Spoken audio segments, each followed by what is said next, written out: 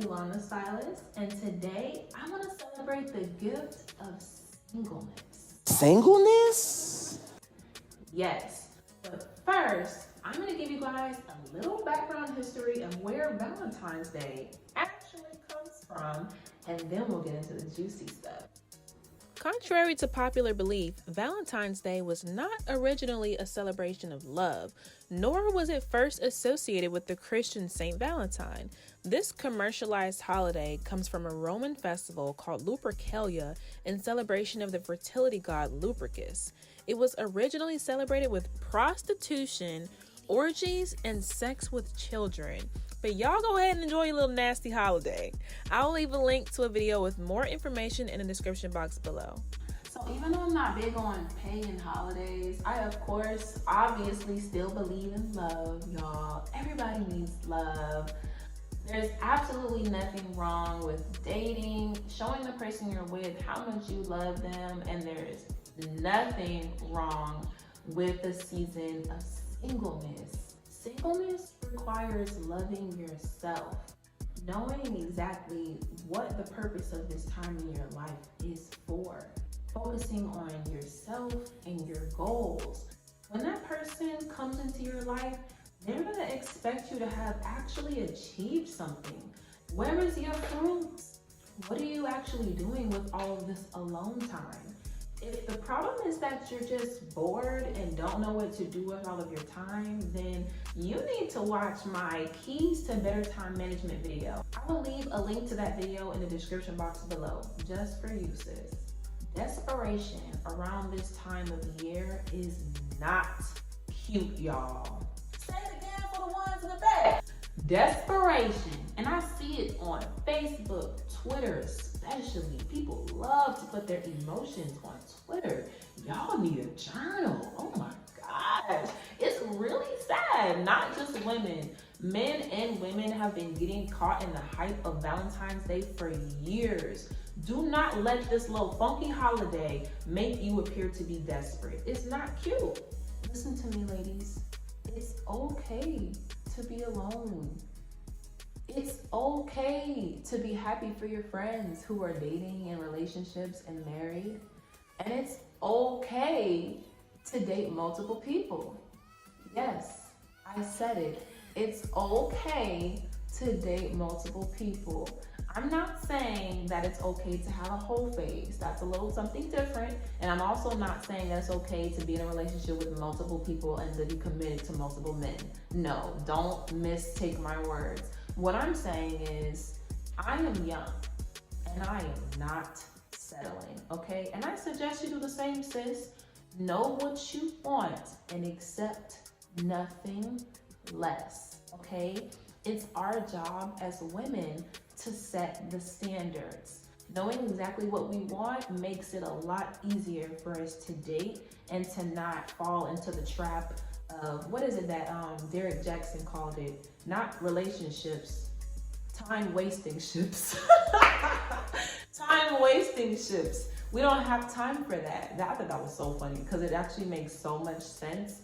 Us not asking the right questions is what gets us into these time-wasting ships, okay? So what I want to do for you guys now is I'm going to give you guys a few really intriguing questions to ask a guy either on a first date or prior to a first date when you're deciding whether or not you're going to allow him to spend more time with you, okay? Question number 1, are you single? It's unfortunate that we have to ask these types of questions when a guy is showing interest in you, but yes, I'm 27 at this current stage of my life, and I have dealt with and even allowed myself to fall for guys who I did not know were married, going through divorce, separated, living with wives. Jesus! Oh. That question is important, okay? There are guys who live with their girlfriends who are unhappy, who are seeking attention for a temporary fulfillment, and it's really sad. There's guys that will go on full-blown dates with you publicly, knowing that their wife is at home asleep. Like, come on. Ask these guys if they are single.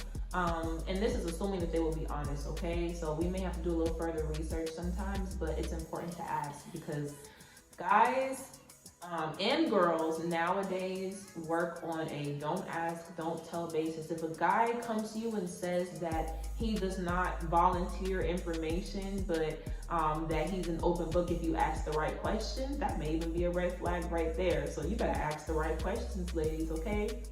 That's question number 1. Are you single? Question number 2. What's most important to you? And I spoke about this in my video about love that I created, I think 2 years ago or last year, I can't remember.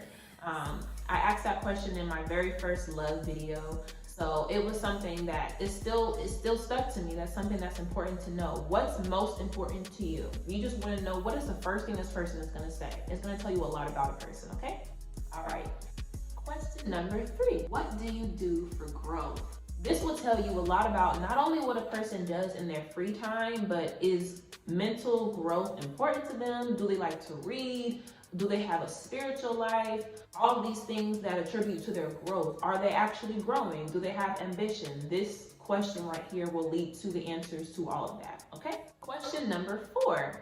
What is your love language? And if you guys don't know what I'm talking about, there's a book called The 5 Love Languages, and you can actually take the quiz online to find out what your love language is. So I'm gonna try and do this off the top of my memory. The 5 love languages are acts of service, quality time, physical touch, words of affirmation, and gifts. Oh, I did a good job.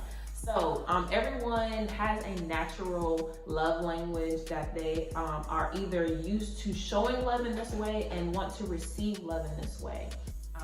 Normally in these type of videos, I would give you guys information about myself, but after watching the show You, I don't want to tell y'all nothing because I don't want no stalkers watching this video. If you're interested in getting to know me, then you need to take me on a date. Anyway, all right.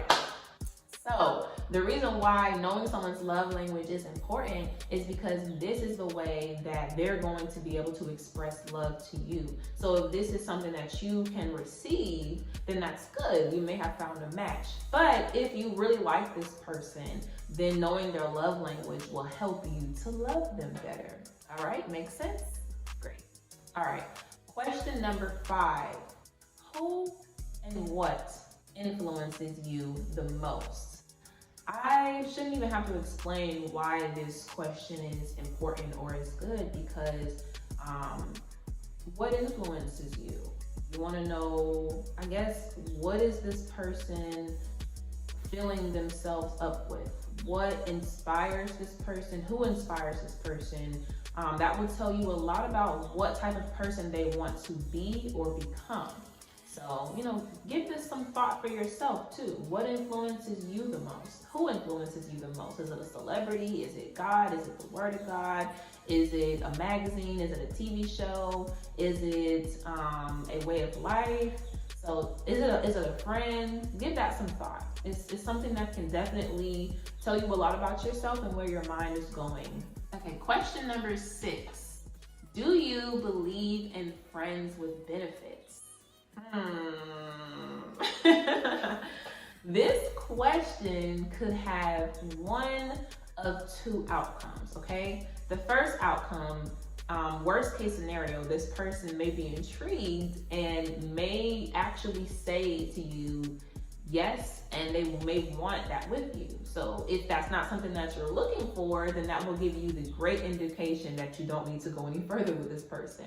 Number 2, if they tell you no, then they may go further into what exactly it is that they are looking for in a relationship or for marriage, or they could even tell you about a bad experience they had with a friend with benefits. So this question could open up a lot of doors. So make sure that you're ready to hear the answer to this question, okay? And finally, the last question that I have for you guys is, what are you looking for? This question goes without saying.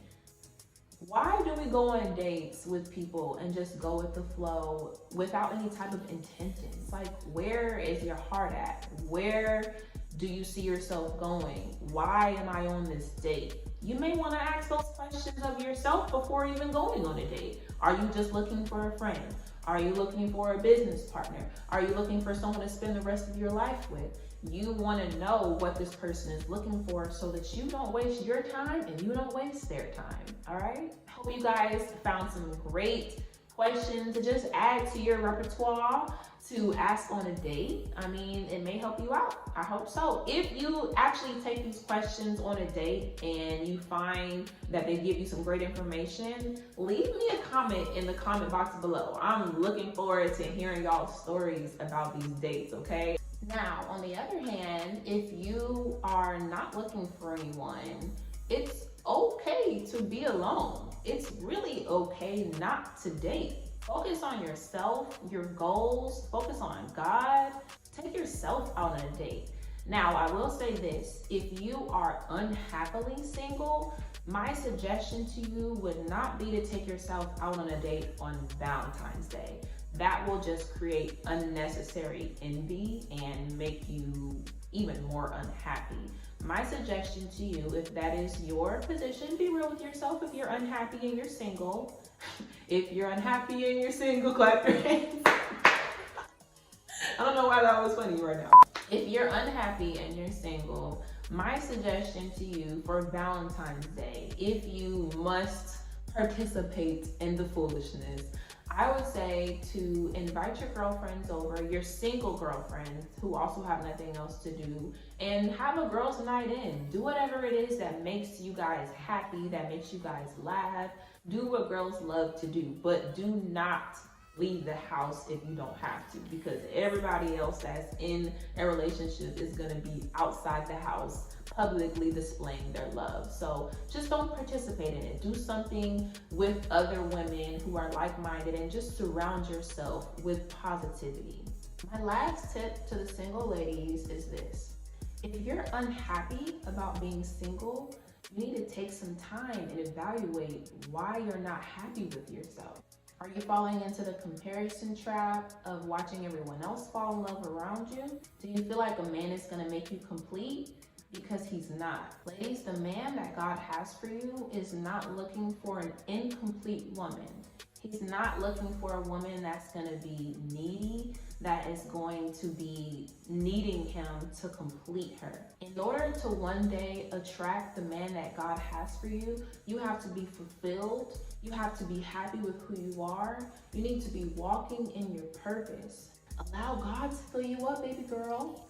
Then and only then will he bring your Boaz into your life. Singleness is a gift.